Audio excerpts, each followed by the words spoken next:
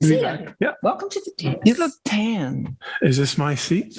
I think so. ARB. No? Switch it. Just We're switch live. it. We're recording. Okay. Phone lines are open. Okay, phone lines are open. Well, good afternoon. My name is Kathy Cunningham. Welcome to the April 28th meeting of the Architectural Review Board of the Town of East Hampton. I just wanted to say that we're having a slight change in the agenda today. I've made an accommodation because some of our applicants had prior commitments and they needed to go up first. So we're taking things a little out of order on what was published online. And so we'll get started. Hi. Everybody hit traffic. It was a little bit of a nightmare. Yeah, Frank just got here too. Okay, so first up is going to be 341 Town Lane. Yes. Say again. Oh, yes, I'm just racing ahead here. Approval, can I have a motion to approve the minutes of April 14th, please? So motion. A second? Aye. All in favor? Aye. Any opposed? Okay, carried. Thank you, Julie. Okay, so now, 341 Town Lane LLC modification, Suffolk County Tax Map number 300-149-5-4. And Ms. Bistrian is here, so, and Diane, this is yours. Can you get that up for us, Will? Yeah, so this was a modification to an application to make some exterior changes to this very nice house at 341 Town Lane. It's way off of Town Lane. And it faces an agricultural overlay. And there are some photographs of the house in relation to the ag overlay. This is the front door of the house looking out. These are side doors, which are not really ever used, I'm told. But anyway, what we had asked for was, it was confusing about some of the changes that were being requested. And they were basically adding a chimney, moving a dormer, changing the location of a door, changing out various windows. And it all seems to, now we have beautiful elevations before and currently, or before and after, side by side. And there doesn't seem to be any change in the emission of light or anything that would affect or disturb the ag overlay to me. The daughter of the owner was charming and led me all around the property, so I saw everything. And it's beautifully enclosed by landscaping. And I can't see that there's any reason why this application should not be forwarded and go through. Does anyone have any questions, or does Britton want to say anything? Yeah, Britton, did you have anything you'd like to add?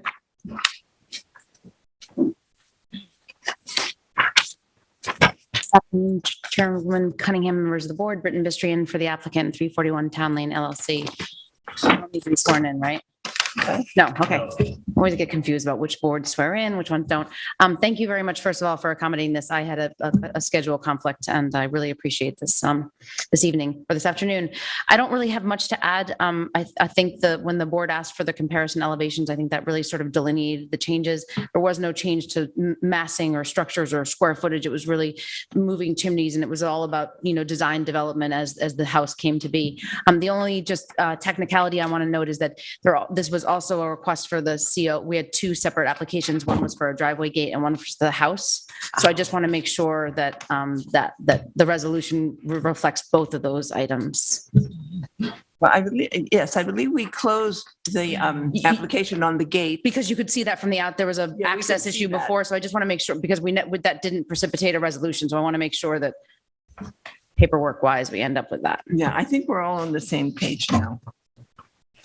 Okay, my only question, because that was one of my first site visits as the new kid, was to just make sure that were the chimneys the right height? Are they too high? That was my only, I think there was some Was that, Well, they're not any higher than they were originally. So what they were asking for Okay. was a modification. So they've added one chimney, but it was the one of the less Okay. high ones. okay, And so I went through each one Great. and marked up and then saw with my eyes what the changes Right. actually were. And they sort of, one thing cancels out the other thing, and there's no additional lighting.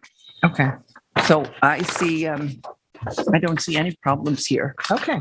Well, that was my only question. Does anyone else have any other questions for Diane or the applicant? Well, I would just comment that hopefully in future, rather than coming back for modification after it's already been done, it would be better to actually do this within the process of actually before building it. So that would be my only observation on this. Right, I hear that. fair enough. The chimney things it's hard to come back to move a chimney 2 feet, but it, Okay. All right, well, then, Well, if there's no more discussion, then I'd like to make a motion that we approve this application or this modification to this application as presented. as submitted. Have a As second, please. Second. All in favor? Aye. Any opposed? Okay, so you're. so that's good to go. inclusive of the gate and the house, and it's okay to CO. You'll send that memo? Well, it's not on for CO tonight. No, it's not on for CO tonight. Not for CO. I only had it for the modification. Yeah. we don't- Well, if it's a modification, it's already built. You're going to do another site inspection. I mean, nothing changes between that and getting a CO. We're trying to get a CO. I understand, but it's not on our list for CO It's not tonight, on so we'll have to make a resolution. I'll have to come we'll vote on it on the next meeting. And the CO will instruct, I mean, I don't know. I don't see how we can instruct the building department to go ahead and make an inspection. David, can you help us with this? No, did they pay the CO fee? Yes. You did. I mean, I'm happy to move this along if it's not, if we're not going to trip ourselves up on our own policies, because, we're really trying to iron this stuff out here. It's been a little haphazard, the ways this stuff has been happening. So I don't want to make too many exceptions here and trip up our, make a mess of our policy. Well, on the applicant side, it was submitted as a modification and then as a CO. So if you need to table it because for some reason that didn't hit your agenda and you're just going to discuss it at the next meeting, that you've already had the discussion, okay to CO, and I don't need to. What's the gate, Brittany? Because I'm looking at the original I resolution. don't which is- remember. I don't. Residents to I- gross I don't floor Two area. separate remember the resolutions. The ARB, the gate was a later, it's a separate resolution. How big is the Okay, gate? so the It application is a that I little have is taller for than 6 feet, modification. but This due one, I don't to have its any information location about it. and the So we're and definitely. the style of the gate, we Yeah. approved the gate, I Sorry. believe. What did you say, David? I don't have any, apparently there's a second resolution that's specifically for a gate. I Okay. have it in front of me. Right, and Chairwoman Cunningham and Benson went to the property and inspected the gate and inspected the house. They couldn't get into the property and it was tabled. And then I came back and then with the changes to the exterior, and then they said, can we make 2 plans? And then I'm here again. So Yeah, I don't think. it's been 3 reviews to try and get a CO. I can't even remember if it was on that meeting. For CO. Well, No, for the gate, but. You have the must have done resolution. a I have the resolution in front of me for the gate, Okay. Okay, then, and the gate conforms to the resolution. Okay. And now all the before and after, or the comparison elevations can Right. answer all our questions, basically. then if you're comfortable with it, and she's paid the fee, there's nothing standing her away from. I do not have any assigned CO requests.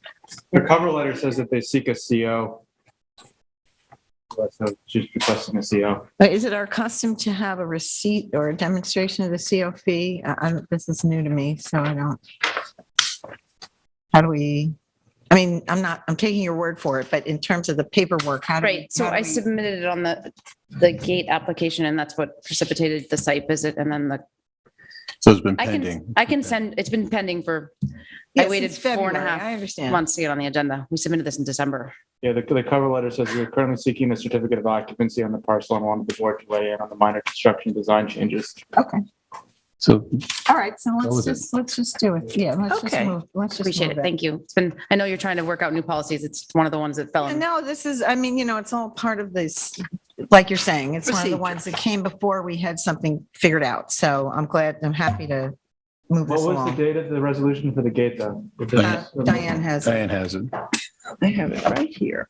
The date of the resolution for the gate was July 10th, 2020, June 2nd, 2020.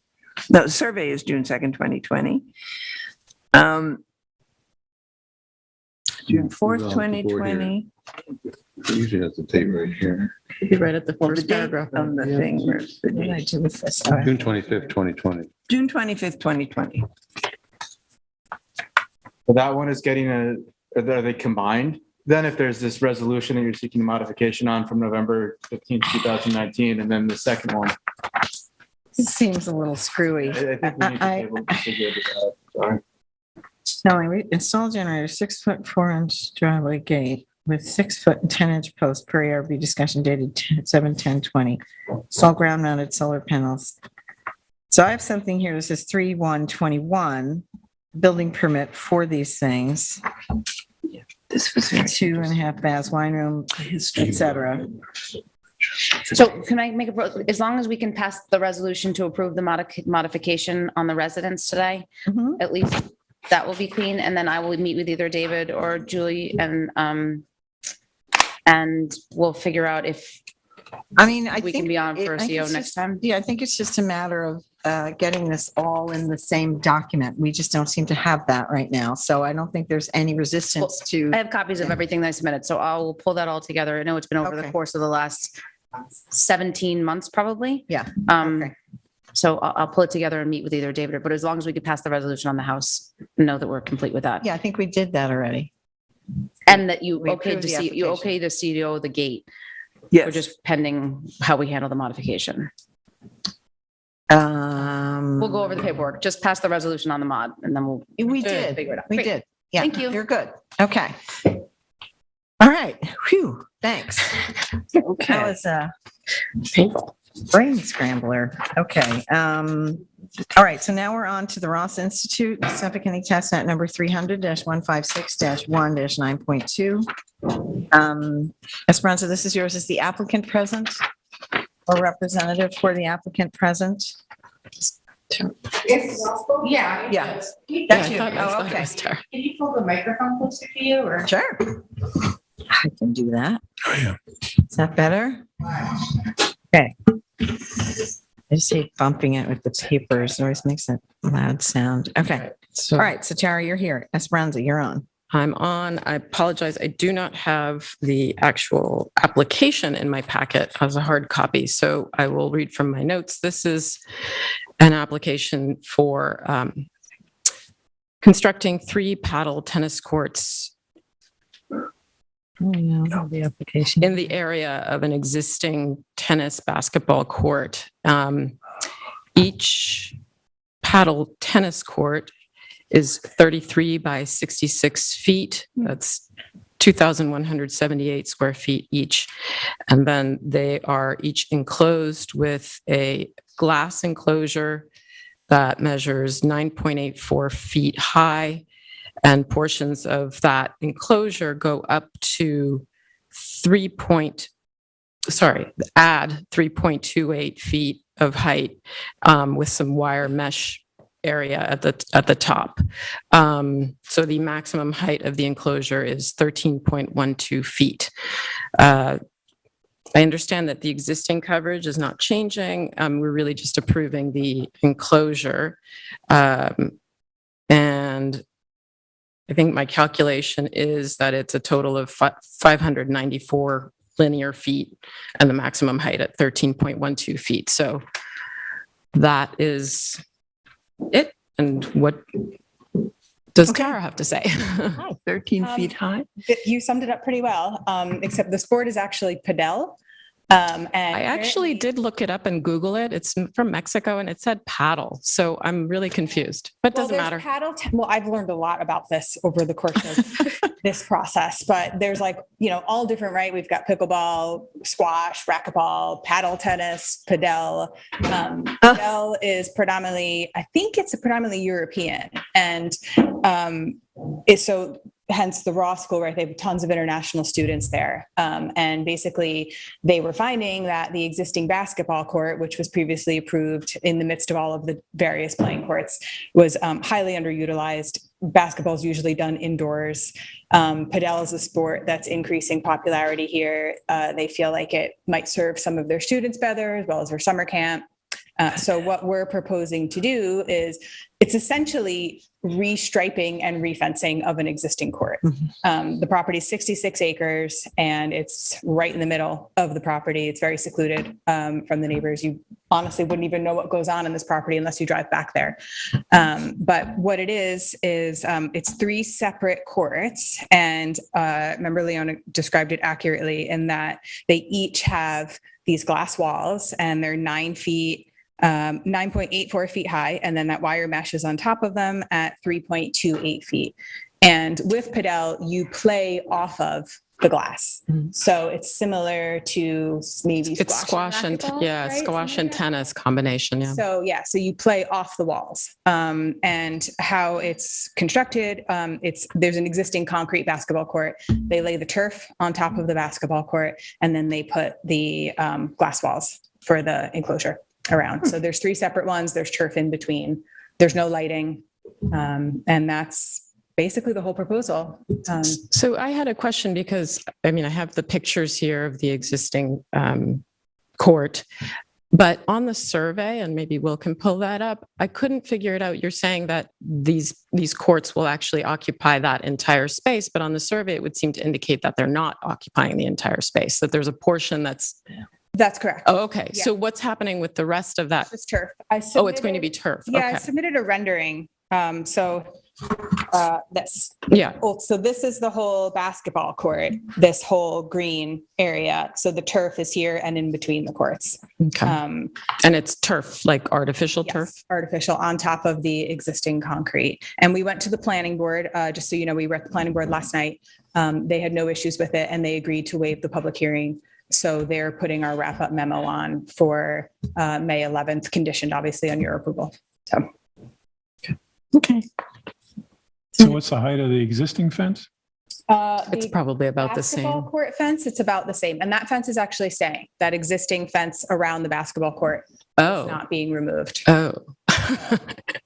So it's a fence within a fence? That's It's a court unfortunate. that has walls that are glass within an existing fence. Yes. That makes sense. What are we approving here? I think the structure. Structures, it's changes to commercial. Yeah, just the Structures, enclosures. yeah. Just the enclosure, right? Right, the fence is already there and approved. So unless there's a change to the fence, which I don't think there is, we're just approving the structure, the walls of this padel court, Right. which I guess are clear, right? Yeah, they're 'Cause we can't glass. really They're see glass, them. Except for the And mesh. They're glass? They're glass. Yeah, they're like That's why it needs a fence around. 3.5 inch thick glass. And then 3.5 inch thick? Man alive. Okay, well. and then there's the mesh on top. mhm. So yeah, hence the existing fence The staying around. mesh on top. Yeah, okay. So why is the existing fence staying? I'm not clear on that. Because it's a separate court area and they like to keep them all separated. So this way it's easier when they're, with their internal functioning of the camp to say, hey, this is the padel area. We've got the kids who are doing this sport over here and the kids who are doing this over here. It's just cleaner. And I should think with the clear glass, you want something. You don't want anybody walking into it, because you could see That's through true, it, sure. right? Animals So- could run Probably into not it going to stay easily. too Say clean. again? Animals could run Yeah, into no, it I think easily. that The might birds be- are going to not love it. There's a fence there, then that's part of the reasoning, it would seem to me. Just, it's not screenings in the typical way, but it'll. Can you show one of the pictures from the existing fence? Just, it's kind of ugly. Because it's covered with that. Oh, that mesh. Is the mesh going to stay, Tara? I don't believe so. No. Okay. Yeah, no, I think just the actual basketball court fence is staying. Okay. Okay. So And just, it is a 66 acre property and it's in the middle of it and surrounded by woods. Yeah, no, I was just, Just for setting. I've been there too, so I understand it, but I see the point about the mesh, but the mesh is coming down. Yeah, it's And, the extra layer of Yeah, like fabric stuff. Yeah. Okay. Any other questions? from anybody else have any other questions for Esper? It's chain link and then they have that sort of other mesh, like Like a tar. more opaque. It's probably a windscreen. The ones. Thank you. That's, Yeah, I think it's fine. the windscreen. Okay, everybody good? Yep. Would you like to make a motion? I make a motion to approve the application as submitted. So I may have a second, please. Great. Second. All in favor? Aye. Anybody opposed? Okay, Thank you very much. thank you. Okay, next up. RDRK LLC, this is business sign, Suffolk County Tax Map number 300-6-3-4, Tony's Meat Market. I'm going to control myself. Not going to say what's your beef. Although I said it. I couldn't resist it. My brother used to answer the phone all the time like that. They'd only say Marty's Meat Market, what's your beef? Okay, this is Mr. Cochler, Kohler. I beg your pardon. That's okay. Okay. Mr. Kohler is representing the applicant, and this is my application. Okay, so I have some pictures. That's the, You have to read Picture. it in, Kathy. oh, I beg your pardon. Didn't I just do that? You did? Yeah. Oh, okay. Yeah, I think I did. Okay, so it was good to see the picture of what's being proposed because that wasn't part of the application. What was part of the application that I got was just what's existing. So if you would show that picture again, Will, that you started with, that shows us the Tony's, yeah, there we go. Okay, so that's the proposed sign. We're having a little problem with this application because there are 3 signs publicizing this business. One is a street sign on a post that's too high, and one is on the build. There are 2 on the building. So, Mr. Kohler, do you want to explain what your plans are? Yes, thank you. First of all, my name is Richard Kohler, and I'm a member of the applicant RDRK. We are opening up a meat market in a couple weeks. The old Gaviola's property, which I'm sure you're very familiar with. It was subsequently taken over by Courtney Banks, who put in an establishment called The Market. We're going to be a little different. We're going to be a butchery, a deli, and a market all in one. Anyway, with respect to the sign, our sign permit, I just wanted to make some clarification because the square footage is way off on what the application was. And the reason for that was we had initially contemplated doing a mural on the one side of that open wall on the outside. That's not part of our application today because we weren't able to submit a drawing of what we wanted to do. So the application is just for 2 signs. There's an existing sign right now on the Can you roof, scroll through, the roof please? of the market, which is this. Yeah, you needn't do that. We've got the Yeah, yeah. pictures on the So there's an smart screen. existing sign there. So all we want to Existing do, sign is in between those 2 gables. You right? can- So it's all we not want to do is put easily that visible. Tony's Meat Market logo On the on roof the there. existing sign. Mhm. And then there's the sign out by the roadway on an island. Well, this is the second sign. that Second sign. He didn't anticipate, and that's the street sign. Yeah, so we just want to put that same Tony's logo there. The other sign that's on the building, we're going to take that down. That's a like a vinyl type, non-permanent type sign. So that's not part of our application. So we just want the two signs, and that's what we're looking to do. Okay. Well, Now, I'm sorry, I don't interrupt you. I know you mentioned something about the height. Mhm. I think we measured from the ground on the sign that's on the post. We measured from the ground to, if you see that on that, there's I don't know finial, what yeah. we call that. That's the height. So the actual sign might be within requirement. Well, the post can't be higher than 10 feet, and it is. So that's the problem. The sign is fine. Sign itself is fine. It just needs to be lowered a little bit. So I think when you go to take it down, which you're going to do anyway, just put it down a little bit because it's 5 feet from grade up to the underneath part of the sign. And then the sign itself is 4 feet. And then there's another 1.5 feet, on top of that. So it's a matter of inches, right? We're talking about that it's over the 10 feet? it's about 10 inches over. Yeah. So, I mean, I would just ask if the board would approve it as is.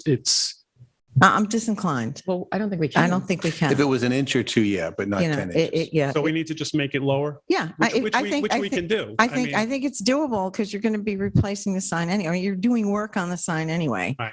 And if you take that thing off the top, that's going to give you 6 or 8 inches right there. So the top of the sign can't be higher than 10 feet. Top of the structure. Top of the I mean, when I say the sign, the post, the whole. post and the The whole thing, structure the whole that- thing can't be higher than 10 structure feet. that holds the sign can't be higher than 10 feet. Okay. The sign That's fine. itself is 4 by 4 feet, which is 16 square feet, and the code permits you 32 square feet of signage. So you've got half of it in that sign, and you can use the other half on the building. But I'll need you to amend the application because it's for, It was over 200 square feet, and that was Yeah, because we we can't do contemplated, that. we Right, we can't contemplated do the that. mural, which we I weren't sure about. understand. What's the deal with the mural? Do we, No, he withdrew it. excuse me? He I withdrew it. withdrew it for No, today. yeah. I know, but I'm just asking council. Just in general, murals are considered part of the signage if used in connection with the business. Okay. All right. Well, you should know that. I'm just trying to give the applicant some more information in case he intends to introduce a mural at a later date. If it's meant to incorporate, your business, you've already spent that budget, your square footage budget. And I was trying to get a rendition from our painter. It's not a business sign. That's not Tony's Meat Market. It's going to be something Montauk related, whatever the painter was contemplating, which I don't have to show you, but we're not making that part of the application today. I understand. I'm just curious about, do we look at murals? Do they come we do. before? Okay. So he'd have to come back for the mural anyway. Is that Yeah, correct? And that's what I was Okay. told. All right, great. before. All right. That's all I wanted to know. May I ask, this street sign is double-sided or single-sided? It's double-sided. So the 16 square feet is both sides? Well, is that how we measure it Yes, on it's each side? Oh, So here's the 32. So oh, it's well, then already you've at already 32. used it. Oh, well, thank you for that because I didn't realize that. Okay, well, You're done. yeah, I think you can only keep the street sign, or maybe Or maybe it's maybe smaller? just take that down and do something smaller. I mean, I'm looking at the square footage of the building and the size of the lot. I mean, these two signs are not, they're not understand. offensive in size That's not really the point. I wish our code is written in certain language and we are obliged to enforce the code in the treatment of these applications. I'm new to this, so I apologize for misinterpreting that. And I'm really glad that Esperanza caught on because it is a double-sided sign. So I didn't realize that that's how the rule worked, but that's how the rule works. And if that's how the rule works, then you're going to have to make a choice. You're going to have to make that sign much smaller or take the one off the roof. Or turn it 90 Does the board degrees. have discretion to Or what? approve this as is? No. Can't. No, You have because maximum 32 square feet is the maximum. How you want to divide that up is your is your call. business. Yeah. I mean, the thing is, we are a board. We cannot, that would require a variance from the code and we don't grant variances. That's not what this board doesn't have the power to do that. So even if we wanted to, we couldn't do it. Turn the sign 90 degrees, which gives you a one-sided sign on the street. Gives you another 16 square feet to play with. That's such a smart suggestion. just do that and then paint the back and done. Okay. Great idea. If you want to do that. Yeah, no, it's a real, yes, there's a light on it. Yeah. Is it on the top incorporated like an It- LED strip, or is it a? No, it's gooseneck? one of the gooseneck. It's a gooseneck light, lights the sign. Should probably have the specs on that sign too, right? I mean, I don't know, what's the rule for lighting the sign? See, this is Yeah, we have to, that's, that has to be reviewed as well. okay, so you'll have to submit the spec sheet for the light. See how you have a light on the sign? You have to submit the spec sheet. We have something called dark skies compliant lighting in our community. So that would have to fit that criteria. And I believe it does because it's shining down. It's not, Well, it has to do with the kind of bulb and the emissions, the light emissions. It as a practical matter, it fits that description, but I don't know what the lamp is, you know. Yeah, that what we need the technical specifications, Yeah. that's all. So like a cut sheet, But you're going to reuse the existing fixture? is there one? that's the intent. So I don't know if the applicant can actually Right. produce its spec Understood. sheet. I didn't realize it was existing. Yeah, It's look, all right existing. here. Yeah, Yeah. I see. So what do we do in this I'm instance? comfortable. It appears to me just visually that that's a dark sky compliant fixture. It clearly shines down. So I'm comfortable with the fixture. Yeah, the fixture is not the problem. It's the bulb. And don't we have like I think criteria that he can just match the bulb to? for signage, they just have to be downward illuminated. Downward illuminated, the I think amount of it's- light it emits is not part of that? Eric, you can correct me if I'm. Yeah, I'm actually, He's- you're 1 second quicker than me. I mean, I think what you can do, I mean, I can take a look at the manufacturer sheet and verify for you whether or not it meets the code. I think alternatively, looking at the fixture, it is, fully Right. shielded. With fixtures like that, it actually is a little bit misleading because usually it's just a screw and bolt. Right. You could even have a compliant fixture, take the bulb out and put a super. Which is my point, yes. But if you guys are otherwise okay with the application and you want to make it just a condition, you could have a condition that they submit cut sheets, we'll look at them. Yeah, I think the problem here is it's an existing fixture. I'm not sure you can get cut sheets for that. And I think what we'd like to do is advise him about the wattage that would be, appropriate for any replacement bulb he may use to put in it. He's got to come back. There's not, the application as submitted is not doable. Yeah, that is what it is. But as Yeah. far as the lighting goes, you could do a condition that just says, the light, Okay, lights, all future Mhm. lighting shall comply with the, board guidelines. that's fine. We'll put that in the resolution. Yeah. Okay. But or alternatively, I mean, most people use LED or CFL bulbs in there. CFL are those twisty ones, 13 watt CFL. Right. I mean, you could even put that in a resolution Okay. to exceed the wattage Okay. and color temperature. Right. Okay. Yeah, I just want to give him as much information as I'm sure he's trying to get this done sooner. And when you come back, I want you to have it all ready. Yeah, we're scheduled to open in 2 weeks. Right. Well, you're cutting it close. So if you can get your stuff in, we'll try to get you on, but you're going to have to, yeah.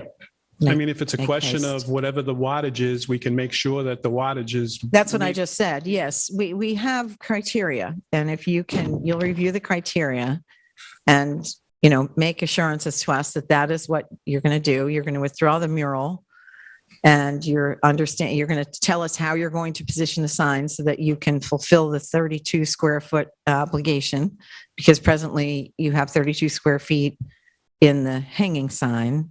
And as Member Cotard suggested, perhaps you want to swing the sign 90 degrees so you can paint the back. And, I don't want to tell you how to design it. I was just giving you the information you need. We're trying to help you, but I don't want to spend too much more time on this because we've got a pretty full agenda. 1 minute, maybe help the applicant to get your opening, could you take down the sign on the building and just do the sign, and if we approve that, it's the 4x4 sign, and you could put that out front and you could have your opening and you come back to us for The an other side. amendment or, a change. Well, I mean, I think the sign on the street, I mean, you could put one side of the sign on the street, and yes, and then, because I don't know, part of the problem is it's back in a little bit, you would want to be able to see there are other buildings there. And if I were the storekeeper, I'd want this because it's in the middle building of the row of Okay. buildings. So having the sign on the street is good, but when you get in there, you're not sure which one it is unless there's a sign on it. Presently, I think that's a little bit. I mean, I don't know. You can. Just trying to help. Yeah, no, I'm with you. But I just, I understand the pressure to get it done too. But this is, we're here to review your design, not design it for you. So I hope do you have any other questions for us? No, I just want to know how to proceed here. What's You have to decide. Are both signs going to be approved? No. You must understand, sir, you have 32 square feet of signage that you are permitted by our town code to put on to advertise this business. You may use it all on the street sign as you have, which you're also going to have to lower, or you can take half of that and then put a sign on the building. Those are your options. And that's up to you to choose. I cannot choose that for you. The other thing we need from you is an understanding that the lighting on the sign that's on the road needs to be dark sky compliant. We feel that the fixture is, but we would like confirmation from you that any replacement bulbs you put in there would be compliant with our policy. And that you can have my assurance of, definitely. Yes, well, your assurance here is all well and good, but you got to write it down. You got to send me the information. There's got to be a paper trail we can track here. Follow you. Okay. I follow And you. I'm sorry this comes, so close to your opening date, but I think you've got some options here. And if you get right back to us, we'll try to get you on the agenda for the 28th. When's our next meeting? Whenever it is, May 12th. Okay. Okay. All right. All right. I will do that. Thank Great, you. Thanks. All right. And we will send him a letter. We'll send you a also. follow-up Yes. letter with what you need to Just do, specification. which will have a list of things for you. But I think, given the time frame here, you should take what we've given you verbally and get to it. Right. Okay. No, I will. So Okay. essentially, you're telling me that I can't have the two signs, but I have to choose which one we want. You can have, no. 2 square feet. You can have two signs. You just can't exceed total signage of 32 square feet. Right. However you want to divvy that up, it's up to you. It's up to you. I got it. Okay. Thank you. Thank you for your welcome. time. Okay. So that's being tabled. Incomplete. It's incomplete. Incomplete, okay. Okay. So 219 3 Mile Harbor Road, Suffolk County Tax Map number 300-077-05-0.1.3, Shagwan Boat Club and Marina. Is the applicant here? Right Oh, here. hi, I'm sorry. How are you? Frank, this is yours. Okay, 219 3 Mile Harbor Road. Yeah, if you could bring up the photographs. Applicant is requesting a change to signage. They're requesting a approval for a double-sided sign, 4 feet by 4 feet by 3.5 feet. Well, the actual sign is 4 feet by 4 feet. Okay, It's 16 square feet. okay. On one Double-sided, side. right. 4 by 4 times 2. It's going to be exactly there. Okay. Okay, so do we have the applicant also provided a survey. We could bring that up and zoom into it.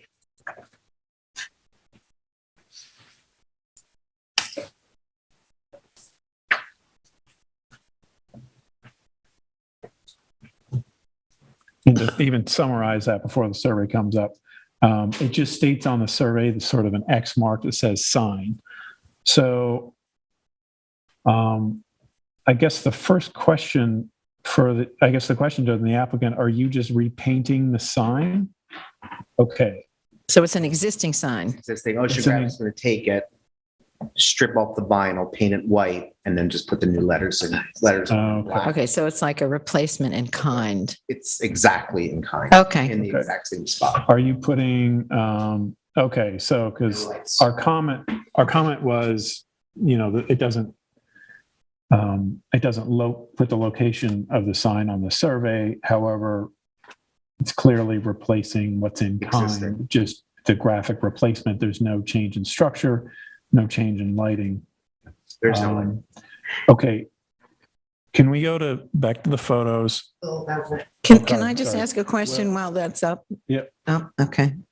Is that in the right of way? Is that in the town's right of So way? that's my question. Okay. So can we go to the photos? Looks like it is. Second page of the photos. That Yeah. one. So I guess my other question is, do you know if that's on your property? Is that, because the issue we have, I don't know if that's on your property. It looks like, whether it's your property or not, but typically we don't see a sign that close to the street. So We could move it back. I know the highway department, as a rule of thumb, uses the utility wires as a location of the right of way. So if you look, It's within. it's kind of it almost looks like half of it the very far post might be in the right of way. So I think it should be moved back a little bit to definitively be out of the right of way or marked on there. Move toward the water. But I don't know. I'm not a surveyor, so I really don't know. We're happy to do that. Yeah, I mean, this is where, it's kind of You it's better also a go- question of like, is this in our purview or is this something that's up to the building inspector for the?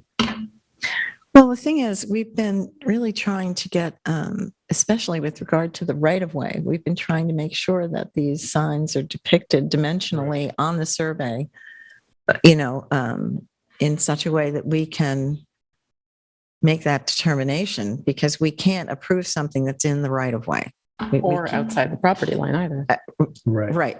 It's got to be on your property for us to approve it. And without knowing whether it's on your property or not, which the survey would indicate, I think that we're in a little bit of a bind. I understand it's a replacement in kind, and that seems a little frustrating even to me, but it does look like it's right on the property line, even the way you have it Xed in here on the survey you've sent. So my recommendation would be to, resubmit this, have a surveyor come and look at this. I mean, it's on the application form that we're meant to have there's nothing particularly out of date with this survey. I don't mind that I think it was from 2018 or something, but I can't read. Yeah, I just wonder if this is something that Walbridge could go out and just plot it. because they've already surveyed it and just add it to it. Just add it to the survey So- instead of conducting a whole survey, because I know it's costly to do that, and I'm not trying to make you,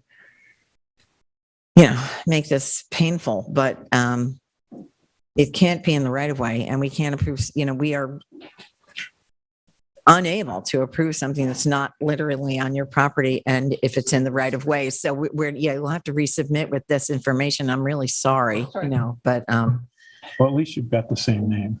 yeah, At least you're not changing the name. right. Just to be sure, if you're getting the surveyor there and they do find that it's in the right of way, then maybe they can plot it on your survey where the proposed would be, so that you have that all right. Right, because Just that's to be sure. what we need is the proposed, yes, we need the proposed location of the sign dimensionally depicted on the survey. Okay, okay, thank you. Thank you. Okay. I hate doing that. Okay. Align is Suffolk County Tax Act number 300-171-1-16. Diane, this is yours. Is the applicant here? Hi. This is How are you? for Align. Oh, hi. Hi. Are you Allison? I am. Hi there, Allison. Well, you're making a big improvement, what I can see. We have some pictures.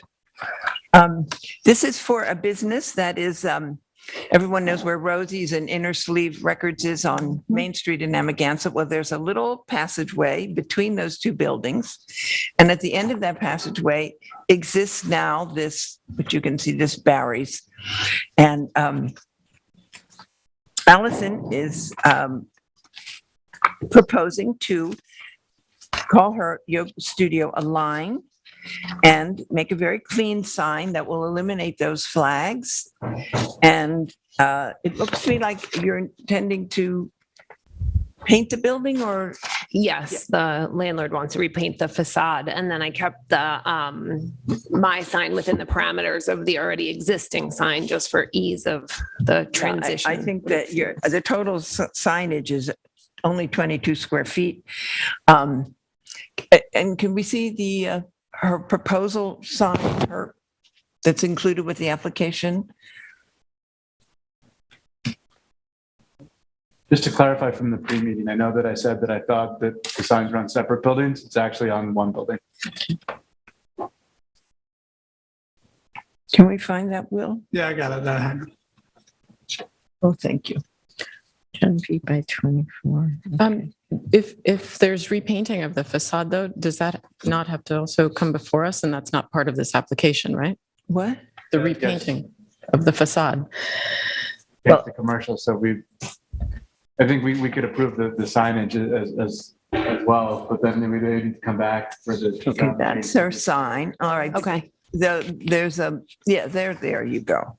So as you see, it's a big improvement to the whole look of that area. And then this sign is 20 square feet. And on the passageway from Main Street, there's a small sign under the inner sleeve record sign, a small directional sign that there's no lighting involved. And the letters on the building are vinyl wrapped in gray, and everything is specified here color-wise. And I think it looks very nice. Okay. Any? Did you have anything you'd like to add? No, that's all. Does anyone have any questions for Diane or the applicant? Are you repainting in just like the same color? So my landlord will do the organization of that, but he said he just wants to fresh coat of paint white right on top, whatever color it is, and then we'll install the signage. I'm just asking if it's the same color, then I want to Doesn't. think it's just maintenance. Right. Oh, But if yeah, it's a no, it's new the same color. Oh, So it's okay. Then it's just building Oh, maintenance. that's what I thought. I wasn't sure. Just look clean. Right. So that's an important distinction, Okay. just if you want to pass that along to No, him. If okay. he's just going to refresh it with the same color, as Frank points out, it's maintenance rather than having to come do a with whole us with a new application. color scheme that we would have to approve. Okay, amazing. Thank you. All right. If nobody has any further questions, would you like to make a Yes, motion? I would like to make a motion that we approve this application as presented. I wish you good luck. Can I have a Thank you so second? much. Have a great night. I need a second. All in favor? Aye. Aye. Anybody opposed? Okay, you're good to go. Good luck to you. All right, next, we're on fences, walls, gates, and berms. The first is Joseph Barata, Suffolk County Tax Map number 300-56-6-18. Frank, if you're recused from this, I'd advise you sit in the audience and remove yourself from the dais. Oh, I'm sorry. Because Is you're he, is recused the on this. applicant, I don't know, is the applicant here? he's not here. He's not here. Well, then don't leave.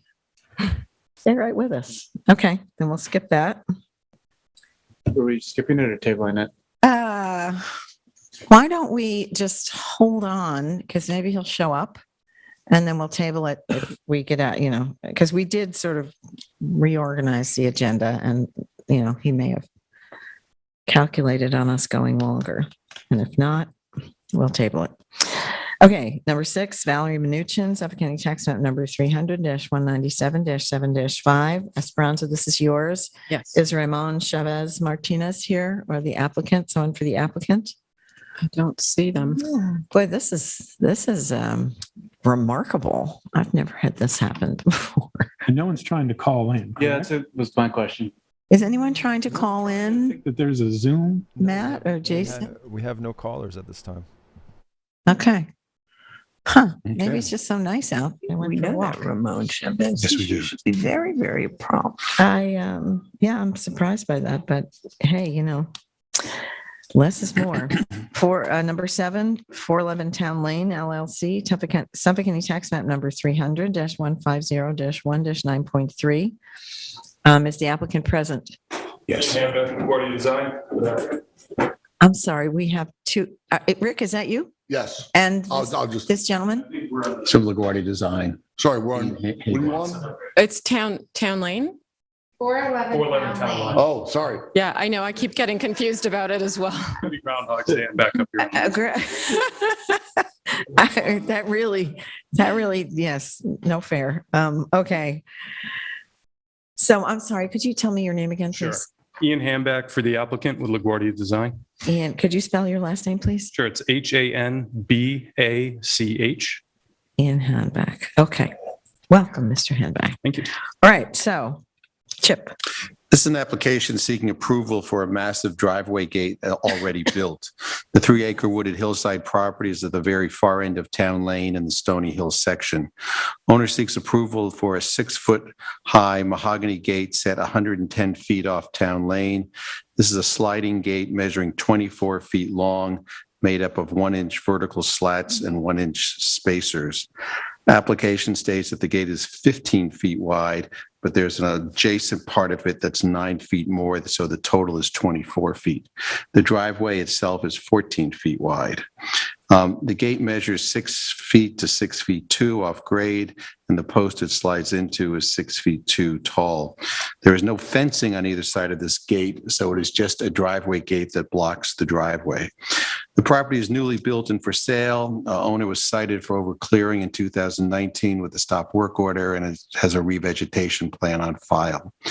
The gate does not conform to the rural nature of this neighborhood, and even though it is set back from Town Lane, it is easily visible as the land slopes upward and you look up towards this gate. The scale is monumental, easily the largest gate we have seen in the last few years before us. And it's not clear what the purpose of the gate is other than to stop traffic, as there is no fencing on either side of the gate. I spoke to Ian about it earlier. He'd like to talk a little bit about it. Okay, Ian. Well, first, I'd like to start by apologizing to the board that this gate has already been constructed and that you weren't given an opportunity to weigh in and give us feedback on this. It's not the way that we typically do business.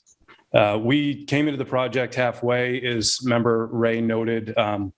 There was a builder who was working on the project previously. We were brought in by new clients and inherited a number of the permits.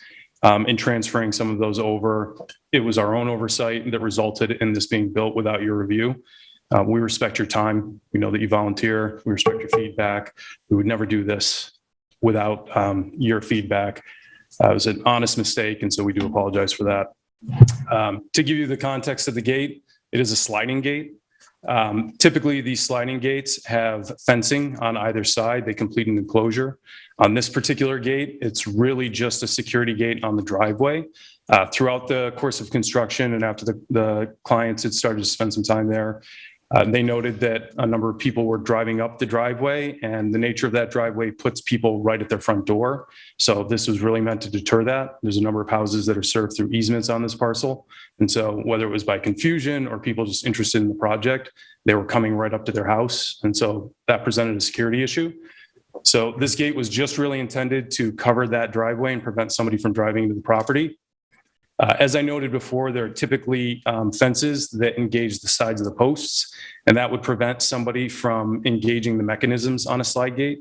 On this particular gate, because there is no enclosure around the property and it is really just for the driveway, the end of that cantilever was clad in wood to cover up those mechanisms so that there wouldn't be branches or potentially animals or a person reaching in there and getting injured.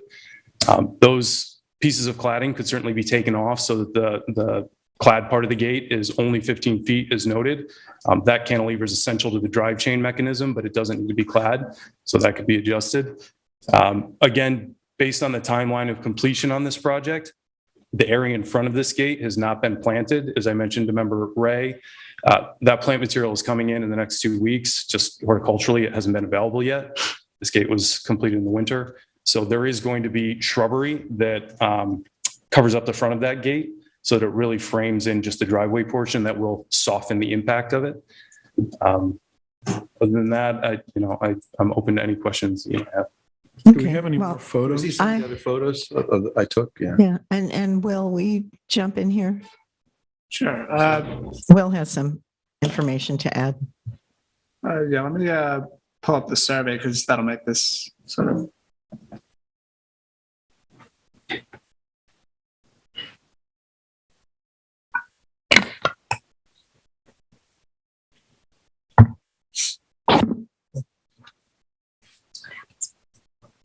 Okay, so town lane is at the very bottom of the screen. The driveway comes in, makes a Y. You go to the right, and then that first driveway where that piece, that line is across it, that is the gate. So you go in, Where the you go to cursor right, is. and then it's the first left. Okay, so Will has a contribution here. Yeah, I was looking in like the history of the property and I discovered a subdivision from June 1978 on the property from the subdivision that created the lot. Okay. And the subdivision requires that all the structures on site have to be set back by at least what is denoted as the front yard setback from the scenic easement, which you can see like on the survey there. And the problem is that this is an A5 zone residence. So the setback from the scenic easement is like 70 feet. And like, I don't have an exact number in front of me, but I can. It's less than that. Yeah. Okay. Well, I think the scenic easement is 90 feet and this gate is 110 feet off the road. So it's really only 20 feet, I think, off the scenic easement. Yeah, it's give or take. That's not what I see on the survey. It looks like it to be where the gate meets the road, closer to the road, it says 90 feet. Actually to the property line. So it doesn't look like the scenic easement is 90 feet.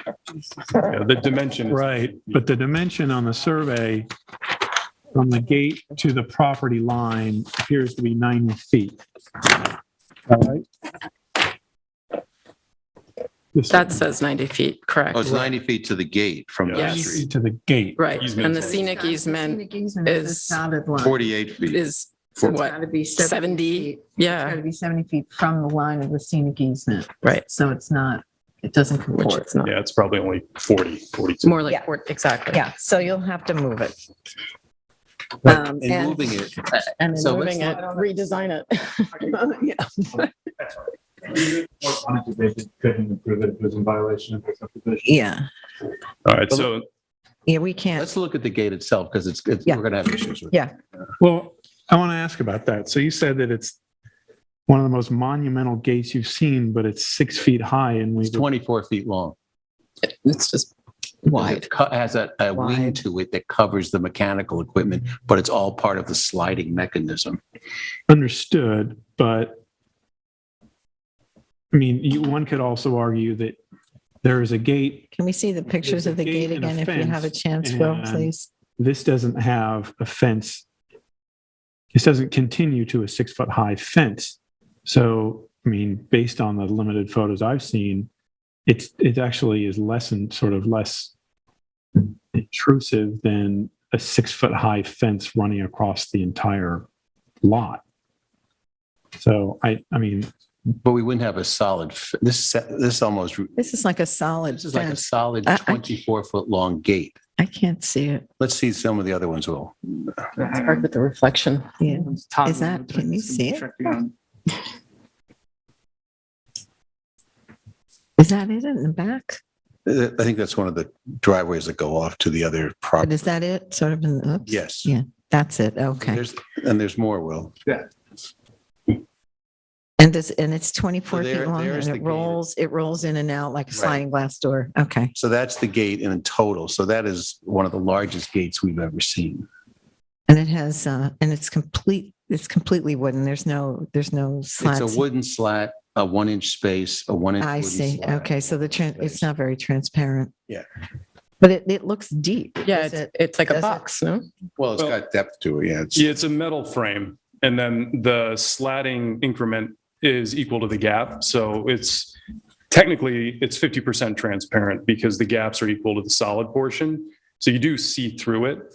I would also state, just with respect to sliding gates in general, because I know this board has approved sliding gates for our office in East Hampton in the past, that this is the normal threshold for a sliding gate, whereas a swing gate is 2 leaf panels that swing in that would be 7 feet. So that's a 15-foot wide gate, but all sliding gates would be at this same dimension.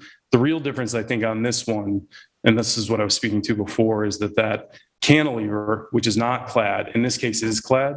So there normally would be an open frame skeleton. The cantilever is beyond the solid portion, which can be implemented in this gate. I mean, that cladding could be removed to restore it to that condition. So just in considering it in another position, I would right. When the shrubbery's in, it might disappear, but we're not really depending No, on and- shrubbery being in. And it's also going to be closed for part of the time, which is, Sorry. kind of the point, I couldn't, right? I tried to close it. I couldn't figure out how to close it. How many linear feet do you think is the cantilevered portion?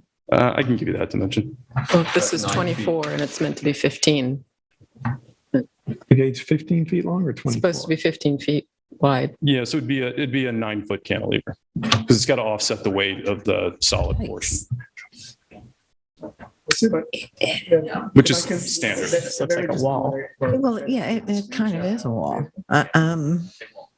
It's hard to tell We from had these gates photos. like this before? I've never seen a 24-foot gate Okay, ever. okay. I mean, I think, Ian, to give you some feedback, I mean, we got to move it. I think you got to open it up more. I mean, even these 1-inch slats are, tiny little things you go through. And it would be good to reduce the size of it. Yeah, does it have to be a sliding gate like this? Can't you just do a conventional kind of? Well, they spent a fortune, but There is a reason why it is a sliding gate. Uh-huh. So the slope, the gradient between that common driveway and where the house is placed prevents you from having a gate that's Oh, okay. into the property. Yes, okay. So that's why that gate is a sliding gate. it really doesn't need to be 6 feet tall if you're only stopping cars. It could be 4 feet tall Yeah. or 5 feet tall. Yeah. Well, again, just given that it's down a slope at a lower height, you're sort of looking right over and not that. The owners are, but to be a but the people on deterrent. Town Line Lane It's meant are to be a looking up deterrent. at it. And When it it's looks, headlights, and so people pulling up, the lights were shining right into the house. So that, that was part of the measure. That we but were this trying is to- extremely rural with this Yeah, house. I Yeah. have a difficult I time mean, I It's believing. think- not the LIE. Yeah, I think you're going to have a hard time convincing us that you need it for privacy in that respect. I mean, it's a massive gate. It's big. One of the jobs that the Architectural Review Board had is to maintain the rural, agricultural, historic character of our community. And that gate does not represent that character.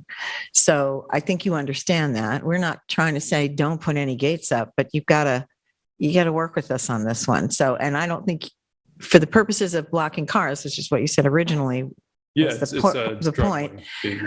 If you can put a 4-foot gate in there, it would reduce the mass. It would make it seem a little less like, a little less overwhelming. We're in a difficult position because you've already built this. Your client has invested money in that, and we're trying to work with you. If you had come to us with this design before, we would have said, go back to the drawing board. This is too much. We don't do, that's not what we do here. Yeah. But that's not where we are now. We're trying to accommodate this expense that your client has gone to. So I would recommend that you lower it to 4 feet. I think that should be sufficient, especially because it's way up, it's way back in. But At 4 isn't there feet, the issue of it has to be moved anyway? Yeah, it has to be moved, but at 4 So- feet, he doesn't even need to come before us. Correct, but Which my is where point I'm being, the headed. expense 4 was feet and lower, we don't Yeah. need to see. Right, but they have to move the mechanism and all, Oh, anyway, yeah. they have to move there's a concrete pad there, this is a big project. They've got to move it. It's a new gate. I mean, based on this Exactly. feedback, this gate can't be utilized in. You can't position at all. adjust it. Oh, okay. I was hoping you might be able to, It's got a metal frame. okay, and that can't be modified. I was hoping it could be, just to save your client the expense, but if that's the case, then I would recommend that you do a 4-foot gate. If you're going to use this technology, you can do that for 4 feet, and you can just put it in the proper setbacks. I would ask you to make it as transparent as possible, just because it's, reflects better the characteristics of our community, but Yeah, I understand. okay. Is it possible to receive the portion of the subdivision Sure. code that you referenced? Yeah, that would be great to see. Okay. Okay, All right. Thank you. thank you. Thanks a lot, Will. That was a big help. Yay. This is Planning table. department. Okay. All right. We're on to 47 Town Line. Okay. Number 9, Adam Aaron and Alexander Shapiro, Suffolk County Tax Map number 300-199-1-1.2. This is you, Rick, and Chip. I'm glad you have company. Chip, this is also yours. So we're going to let Chip, now that we know you're here, we'll let Chip take this one. Walk us through this. Sorry? Could I access the easement? Can you access? We'd like to use the easel. Oh, the easel. here I for the think you next said application. easement. For the next step. He's here Okay. for- Yeah, I think that's, thank you, David. All right, so Richard Whalen, attorney for the applicants who are, Can I ask you to just hold your place there? I'm going to let Chip introduce this, Oh, and okay. then we'll Sure. ask you to respond. Thank all you. right, sounds good. Yeah, go for it. This application is for a new residence overlooking agricultural easements in Wainscott and was last before us in December 2021 when the ARB asked for a reduction in the size of the house and the amount of glass in the house. The property is part of a 9-lot subdivision off Town Line Road. So this house is the last property and will overlook Wainscott Hollow Road. The overall proposed house and garage are now 7,658 square feet with a pool and tennis court on a 2.7 acre lot, but about half of that lot is the agricultural easement. Per our December comments, applicant has reduced the size of the house itself from 7,600 square feet to either 620 square feet, which is stated in one part of the application, or 6,808 square feet, which is stated in another part of the application. And the applicant also states that the glass of the house has been reduced 10%. Applicant attorney, Mr. Whalen, further states in a letter that covenants put in place in the 1984 subdivision of this property expired in 1999. James Merrill Architects has a presentation they would also like to present. All yours. Okay, thank you. Richard Whalen, attorney for the applicants who are Adam Aaron and Alexandra Shapiro. I'm not going to have very much to add beyond what Member Ray just said, but I am here accompanied by Miles Kozach of James Merrill Architects, Ian Hanbach, you've met Ian already, from LaGuardia Design, and also Susan Harder is here. She's written a letter to you concerning lighting issues. So just to one point of to correction or clarification, yes, the house size was reduced from 7,600 square feet to 6,820 square feet. Okay, one part of the application says 6,808 square feet. Yeah, So that needs to be. I have 6,820. Okay. If I'm wrong about that, Miles will correct. It's 12 square feet, but it should be all correct. All right, so I think I'll turn things over to Miles. Okay, thank you.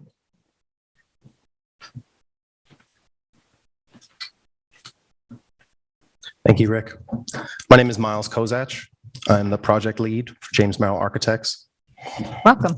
Thank you. It's my first time being in this room. It's quite nice as an architect Yeah, to see some of these big details. improvement over Zoom, right? Well, could you pull up the Adelaide, Neil has good taste. survey? Should be 47 town line.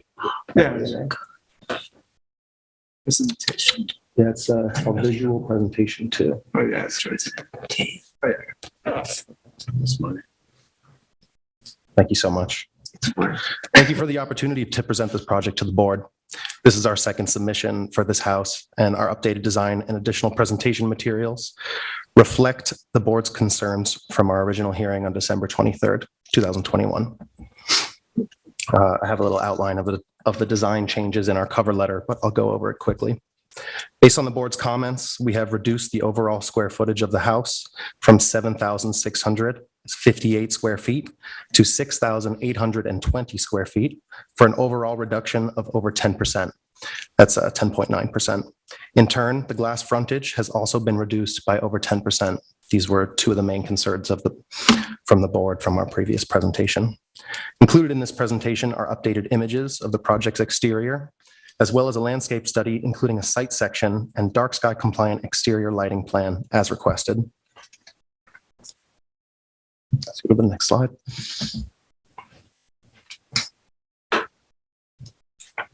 These are the existing conditions. Continue.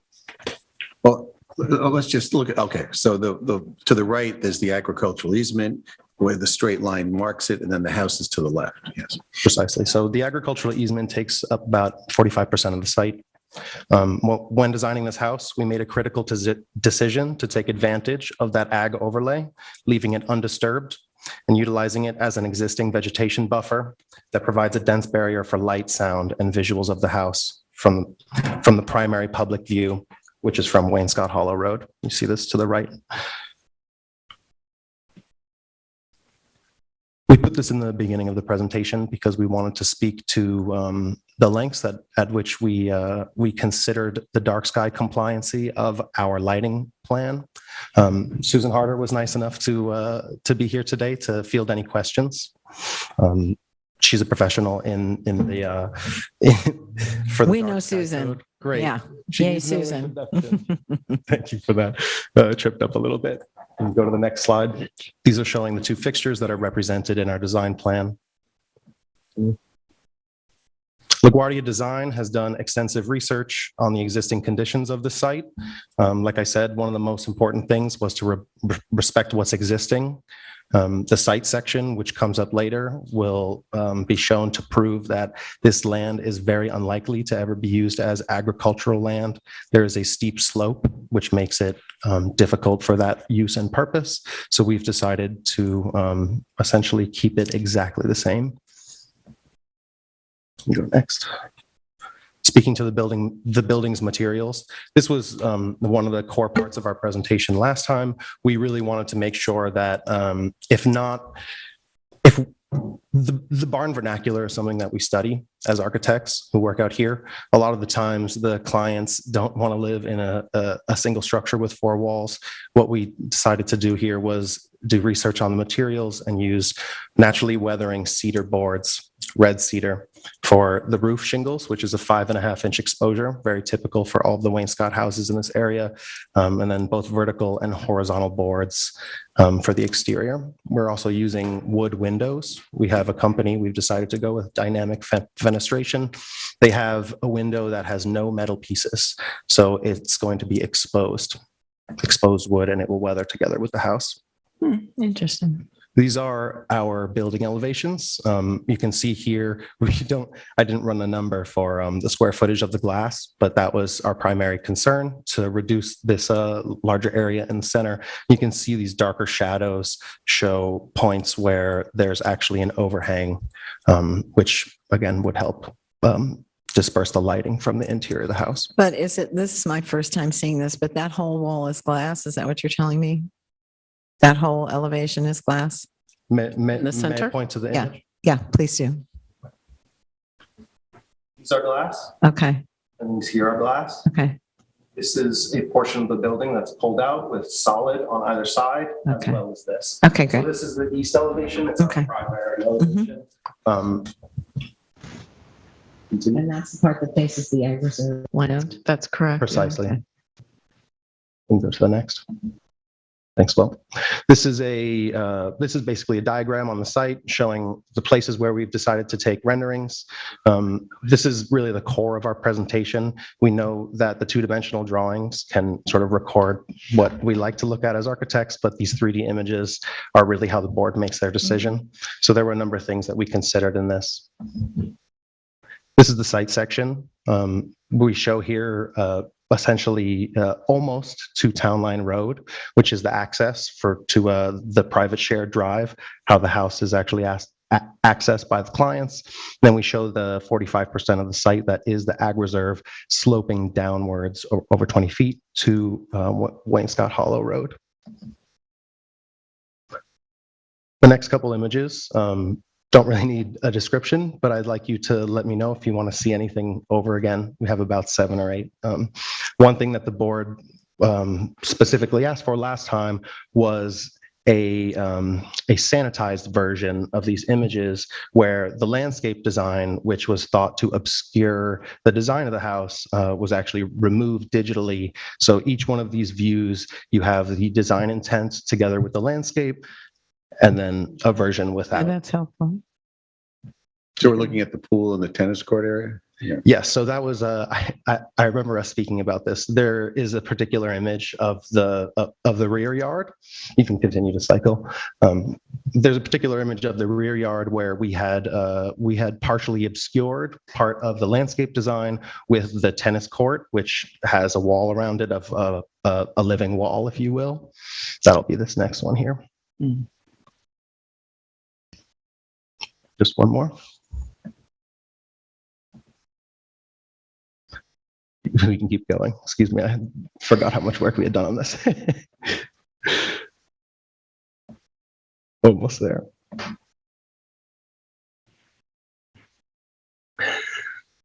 I think we may have passed it. Yeah, I think it was around lunch. Yeah. Side of the hill. Yeah, exactly. Yeah, here we go. So we had not seen this before. We wanted to show the board every single elevation. We've also edited the materials in the files so that the house would actually show what the weathering would look like in about 2 to 3 years, which is obviously the goal. Is the applicant seeking any variances for this property? There is an existing variance, which Rick can speak to. He's the lawyer as well. Would you like to speak to him? Variance. Well, we can get to it when you finish. There is an existing variance for the location of the tennis court. I mean, you've applied for a variance. Yes. Has it been granted? Has the variance been granted? Richard Wellen again. I understand that on Tuesday night, the zoning board by voice vote granted the variance for the tennis court. Okay. Setback variance from the south property line, which abuts an agricultural easement area. Okay. Could you just, what, they granted the variance, but what is The setback. what's the setback here? What is it? If you could just tell me. It's, Is it a substantial variance or?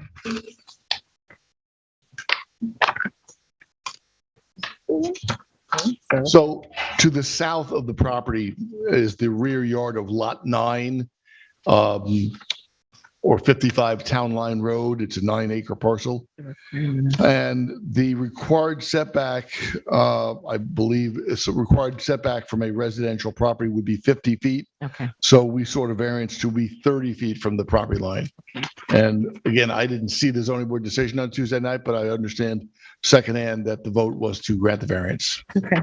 I heard that too, but I was just wondering if how substantial the variance was. I didn't know that. So it's 20 feet. Yeah. So it's a pretty big variance.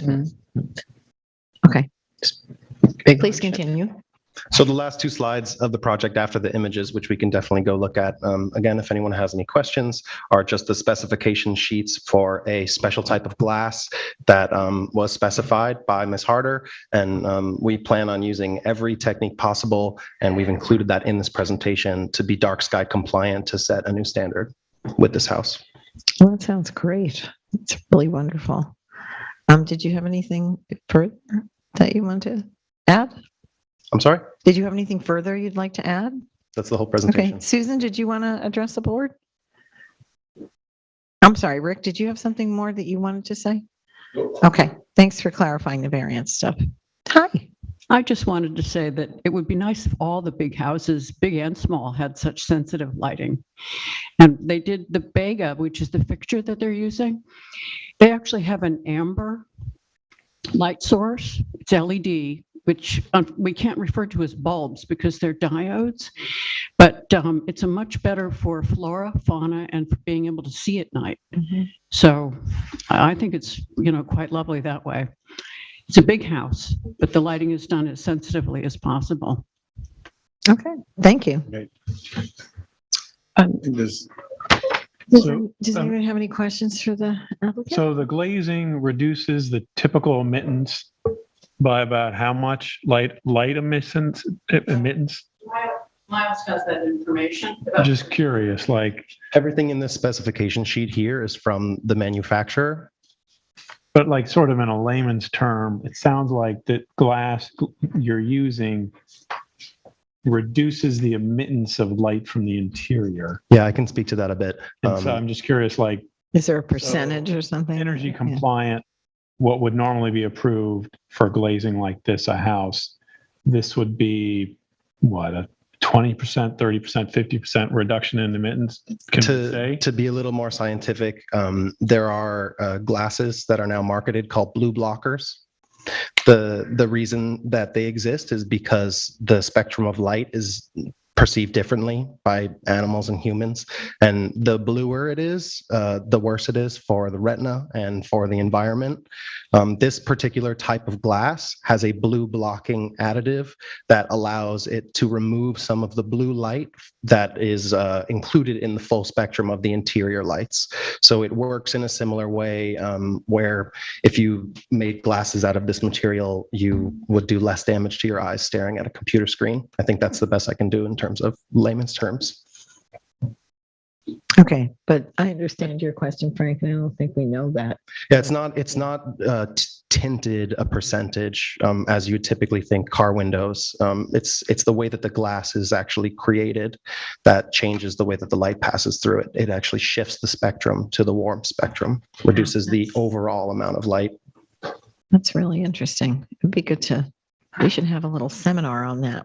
I'd like to learn more about that because it would be great to recommend this to, this is a big issue for us, as I mentioned before.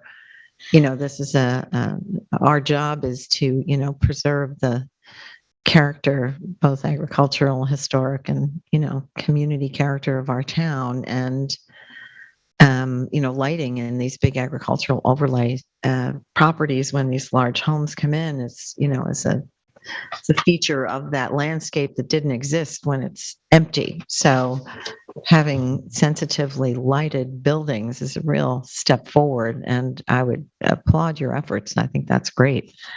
I'm new to this application. I wasn't here when you first presented to the board, but does anybody else have any questions for the applicant or any comments on this newer application that seems to be reduced not by a ton, but by some? 10%. Yeah. roughly. What do you think? I mean, the street that it's on has such a assemblage of houses. This is actually going to be one of the best ones. And I think given the changes they made, the site, the sensitivity of the architecture, it's the way Wainscot's going. I think I'm kind of fine with it. Mm-hmm. Okay. Are you staining anything on the house? The normal wear and tear, we typically suggest that clients use a bleaching oil and together with the power wash, but it essentially keeps the splotchiness from sort of overtaking the facade. Other than that, there's no chemical applied to any of the exterior wood. Keeps the mildew off. I mean, yeah, exactly.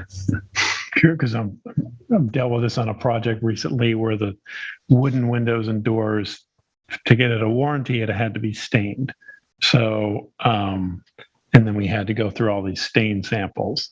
So I'm just wondering if you were, if Dynamic required you to stain it, then you would have to come back to us and you ended up having to stain the rest of the house. Would have to come back. I believe they call it a clear coat finish, and it's proprietary to receiving the warranty on the windows. But it still allows the light to penetrate, so the UV still changes the wood at the same rate that the siding would.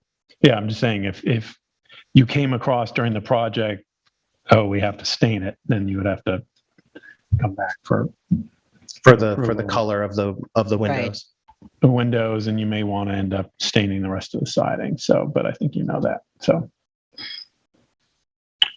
Okay. Well, I have no objections to this application. I think that they're really very compelling architectural merits to this project. I recommend us approving it. Diane? no, I agree. What about Esperanza? what about you, Esperanza? What's your feeling on this? I only have a question about, because I presume there are going to be solar panels as well. We're actually working right now as part of the building permit to use some pretty unique methods on the thermal layer of the house, pushing into the exterior. We're working right now with Home Energy Solutions to reduce the number of PVs, photovoltaic panels, down to 0. Okay, so it would not require solar panels on the roof? Is that what you're saying? That is what has been communicated to us by Home Energy Solutions. They're confident that we can make the house perform above the standard to remove the need for solar panels. Okay, because if that weren't the case, that would have to come back to us also. Okay. Right. Yeah, I mean, I think that the house is a fitting design. I wish it wasn't also shoehorned into this little corner of this subdivision, but it's a lot of development on that property. I noticed there was also a proposed driveway gate on the survey. Yeah, so everything that is on the site is going to be designed by LaGuardia. Ian can speak to that if you have any specific questions, but it's my understanding that because this is not directly adjacent to a public road, there's no need for fences or a gate that's larger than the purview of this board. Larger I than didn't follow that. I this didn't mean board. to phrase it like that. The height of the fences and gate would be low enough so as to not. It would, require- yeah, so it'd be four, yes, okay. I So, see. so it's going to be short enough That it that doesn't we, require it our doesn't review. need to come, yeah, not large enough. Speak to that. Say it. Yeah. I'm not too familiar with the gate height, but I'm guessing that it's probably 6 feet and it's not in the front yard because the only front yard the property has is on Wainscott Hollow Road. Am I correct, Ian? Yeah, so our understanding is that because it's beyond the front yard setback, that it can be 6 feet or lower. It doesn't have to be 4 feet. That's correct. That's correct, but we would recommend that you make it lower than 6 feet. Just because it's also crammed in there. I can't even imagine why you need a 6-foot gate when this is like the end of a dead end. Well, the issue is the subdivision was poorly conceived. There's no question. turnaround. The road ends at the front of this house's driveway. So So they once want a you're gate. there, there's no place to go. Yeah. Well, but a 4-foot gate would work just as well Yeah, as no, a a 4-foot 6-foot gate gate is in the fine. same instance, doesn't, we're really trying to discourage those 6-foot gates because they're so massive. Anyway, okay, Make a motion. yeah, what are we, I mean, do we have the lighting and all the stuff? Yeah. I mean, so all of that is part of it. Okay, all right, then please make a motion. So I make a motion to approve this application as presented. May I have a second, please? Second. All in favor? Aye. Aye. Any opposed? Okay, so. Thank you very No, much. Thank you so much. And it really, Thank you, please, David. Thank you, Will. thank your client for being so sensitive to the needs of the light. That's really a big deal. And we'll use you as a model going forward. Thanks. Okay, next up is number 10, Anthony Providenti, Suffolk County Tax Map number 300-159-4-17.2. 2 Old Hedges Lane is the applicant present. This was one that we had trouble reaching. Okay, well, again, less is more. Oh, you know what I want to do though, is go back because we didn't, let's go back to the fences. I'd like to, let's move to postpone Joseph Barada because the applicant did not appear. So moved. All in favor? Aye. Okay, and also to postpone Valerie Mnuchin. Can I have a second, please? Second. All in favor? Aye. Okay, so we've officially postponed Joseph Barada and Valerie Mnuchin. Okay, and now we will also postpone Anthony Providenti because they're not here either. May I have a second, please? Second. All in favor? Aye. Okay, so now we're on to the issuance of certificates of occupancy. Fantastic. Okay, now, this is, wait a minute, let me just get my, Julie, these folks know they're supposed to come to these meetings and I've communicated an email, the last one there that, Providenti. Yeah. I've called the office, I've called the cell phone. yeah. Oh, you've done more than No, enough. she's done her due diligence. No, it's The answer not is her. yes. Everybody knows they're supposed to attend. Yeah. Okay. So. Yeah, and we've, We need to have a conversation, like I should get verbal communication or written back that they received it, kind of something. Like an yeah, we can, RSVP? yeah, we can talk about that offline. We'll talk about that offline. We'll figure that out. Okay, so we're on to item number 11, which is the certificate of occupancy for Suffolk County Tax Alexander Ruck, WRUCK, care of Ken Haran, Suffolk County Tax Map number 300-49-3-10. This is the Verizon building in Montauk.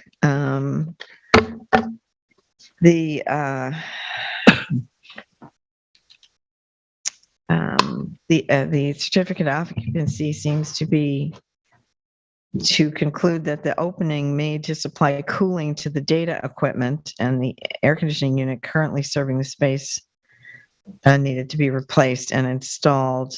Openings will be sealed and finished back to the original.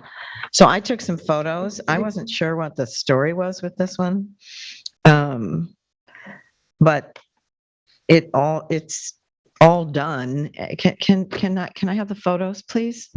And in the old photos, it shows big aluminum tubing coming out of the side Oh, of the yes, building. I remember now. Okay. Yeah, and that's what it looks like now. Yeah, Before, okay. There's big metal tubes. Yeah, they had equipment Okay. that was So they're temporary. all, Yeah. so I think Cleaned up. it's cleaned up significantly, but they did put a split rail fence in that I don't see has been But it looks awfully low. approved. It's low, yeah. Yeah, But so they don't need to come, it's very low. It's beneath our, so they can just do that. They don't need us, right? Oh, so Okay. the photo with the tubes Yes, there it is. that was given to us as the old. That's old. That's Oh. Right. So So, completed work. yeah, this is their completed work. So it's all buttoned up. It looks nice. You can just cruise through those photos.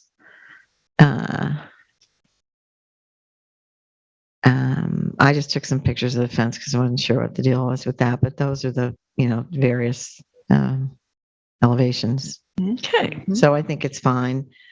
Chip, can I have your cheat sheet? Yes. Thank you.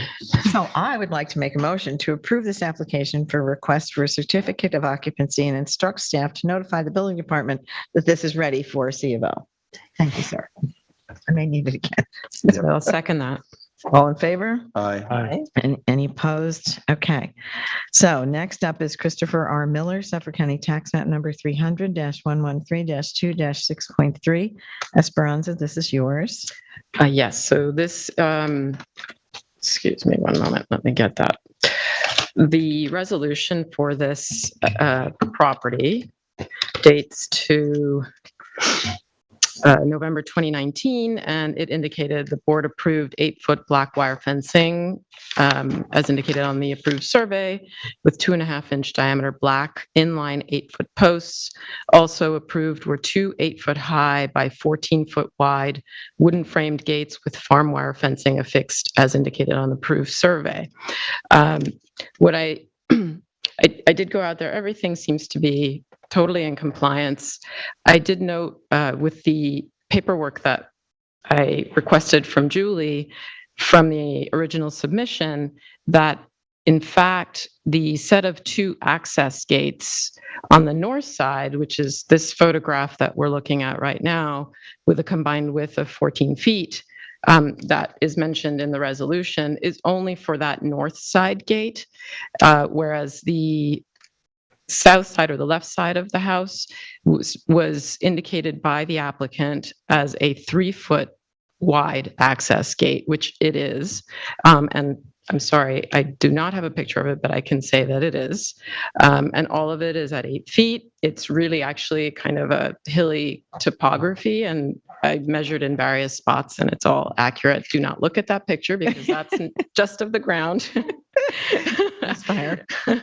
And the only thing that he did indicate with his submission was that he would be painting the ACQ black, and I presume all of it is still, you can tell it's all, a work in progress with the house and everything, but it looks really neat and very tidy, and I think it's all in compliance. So if there aren't any questions. I have none. Anybody else? Okay. I would, here we go. I just went blank. I would instruct staff to advise the building department that this application substantially conforms to the resolution and is ready for a certificate of occupancy. Yay. Thank you. Second. All in favor? Aye. Okay. Any opposed? All right. We're good to go. Okay. So the next one, number 13 on our agenda, Kathleen Morton and David Nadelman, Suffolk County Tax Act number 300-149-3-5.8. Chip, this is yours. This application is for approval to obtain a C of O for a porch and additional decking on the rear of a house in an agricultural overlay district. In reality, this property is so far from any farm fields and is deep in the woods that it's incomprehensible to me that this was part of an agricultural situation, but we looked at it last time. It is.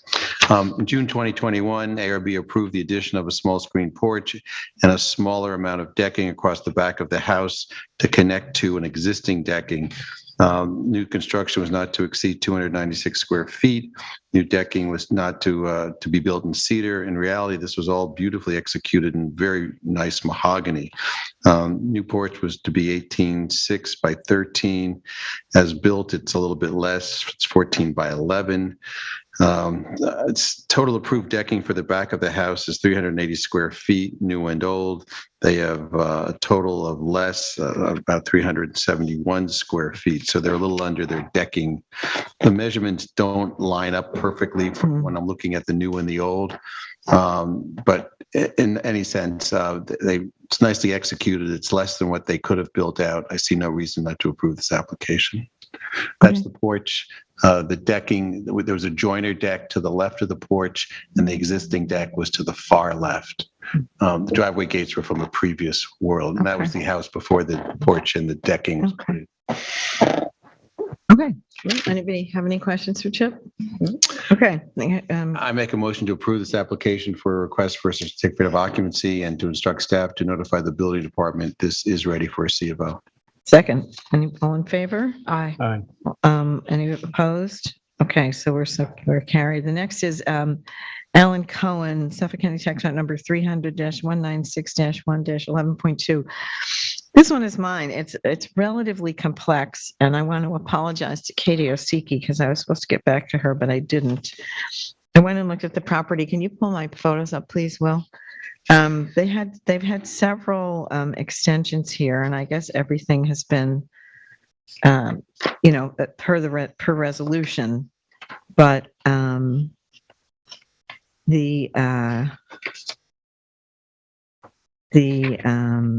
there was what that window. Oh, stop right there. Go back to that window, Will, if you wouldn't mind. You see that there? That, and I don't know if this is what we do. This is a novice's question, but that's pretty deep there. I would say that's 3 or 4 feet. Do we recommend a fence or something? I mean, it looks like a safety hazard to me, Code requires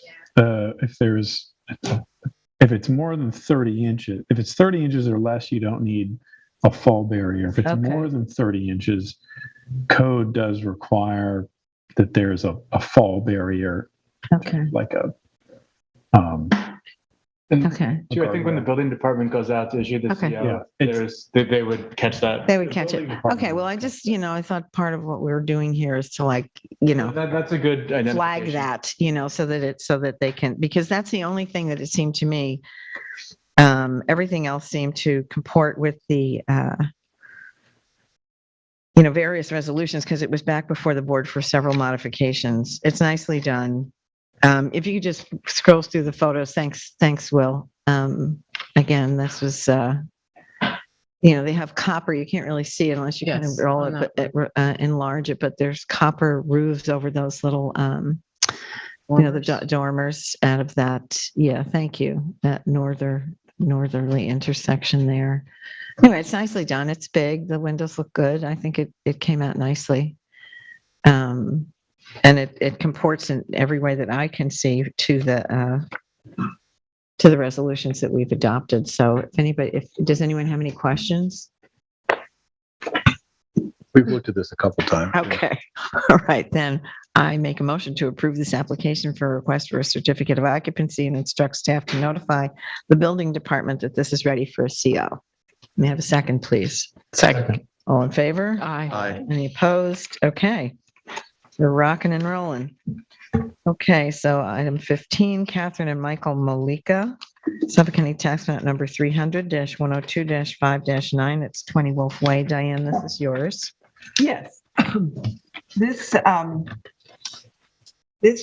is a cul-de-sac off of Red Dirt Road, and it is not visible from almost anywhere. The situation is such that we approved this 8-foot fence, which is entirely behind the front facade of the house. I mean, this is, you can see, and the entire, beyond the facade of the house is open. The yard is open. There's no driveway gate. There's nothing. And I think that everything is fine here. Okay. All right. Does anybody have any questions? Okay. Would you like to make a motion? Well, I would like to make a motion to approve this application for a request for a certificate of occupancy and instruct staff to notify the building department that it's ready for a C of O. May I have a second, please? Second. All in favor? Aye. Okay, any opposed? All right, we'll pass and carried. Thank you. Then the last one is mine. Excuse me, I believe. Which is Twin Forks Mini Storage, Suffolk County Tax Net Number 300-192-3-54 and 43.1. This is 75 and 77 Industrial Road. Do you remember this one, Eric? This is a massive building. Anyway, it's a big self-storage facility over on Industrial Road. This is like the biggest one we've had. Is this bigger than the pod one? Bigger? The building's not bigger, but Pods is actually like a company, they're their own independent company, this is self-storage, so. Right. Going in. Right. It's full storage, but a little bit different. Right. So it seems to conform substantially to the resolution, I guess, which I don't actually have, but I guess I do. Existing storefront windows, move and replace, 4 new windows, 4 doors, new overhead doors. Using door to be removed. Yeah. Now, the only problem I had with it is that picture with my foot in it. Because you see, that's like a 12-inch, that asphalt drops off on the south side of the property, I don't know if that's relevant, but it's not finished there. It's not like there's no wrong. At grade though, so that. It's at grade, so even 12, if I drove over that, my car would get stuck. Within our Okay. our purview. All right, just asking, can't help these things sometimes. That's just a new kid thing. Building department or? I think that's planning, right, Eric? Or- Yeah, a lot of times, it looks unusual because a lot of times you'd have a curve there. Or it would graduate down. It doesn't. It's a little bit of an angle, but it's 12 inches. That's why I put the tape there, because if I had driven, I would have gotten my car stuck there. So They put a whatever. CO inspection request into the planning board as well. Oh, yeah. I'll look at the plans and see if there was supposed to be a curve there or something. Okay. But even if it's odd and it's Yeah. easy, but sometimes people do that at the back of the property. because- Right, because it's the back of the property. Yeah, I got it. Okay.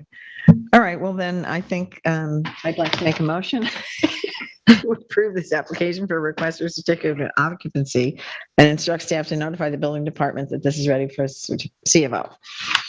May I have a second, please? Second. All in favor? Any opposed? Okay, well, we're done with that. Now, this is our first time doing this in person. My first time. So these are resolutions. What is the protocol here? I think you just read the tax map information. Okay. and applicant information, and like you would on the agenda. Okay. Yeah. Okay, cool. All right. So the first resolution we are adopting is for the Montauk Beach House, LLC, Suffolk County Tax Net Number 300-49-4-52.7. I have read the resolution and move for its adoption. May I have a second, please? Second. All in favor? Aye. Any opposed? Okay, so then we have to sign this apparently. Okay. Why don't we start down here? Yeah, that's a good idea. And then Montauk Distilling Company, which is the next one, Suffolk County Tax Map Number 300-49-4-19. I've read the resolution and move for that's adoption. May I have a second, please? Second. All in favor? Aye. Okay, and then Twinkle Farm, Suffolk County Tax Map number 193-2-9.7, 7 Green Hollow Road. I've read the resolution and move for its adoption. Second. And all in favor? Aye. I'm going to pass these to you guys. And then Wainscott Sewing Society. Oh, yeah. Tax map number 300-200-1-12. Is that correct? Yeah. Okay. I've read the resolution and move for its adoption. May I have a second, please? Second. Excellent. Okay. Aye. All in favor? Sorry. Sorry, aye. Yeah. Any opposed? All right. Got it So myself. I think once we have all these signed, I'll entertain a motion. Do we have to sign that one? I'm sorry, did I not pass that to you? I thought I did. Oh, my goodness, sorry. May I have a motion to close the meeting, please? So move. Second? Oh, All in favor? aye. Okay. Thank you, Planning Department. Thank you, Julie. Thank you, Eric. Well, thank you, everybody. David, thank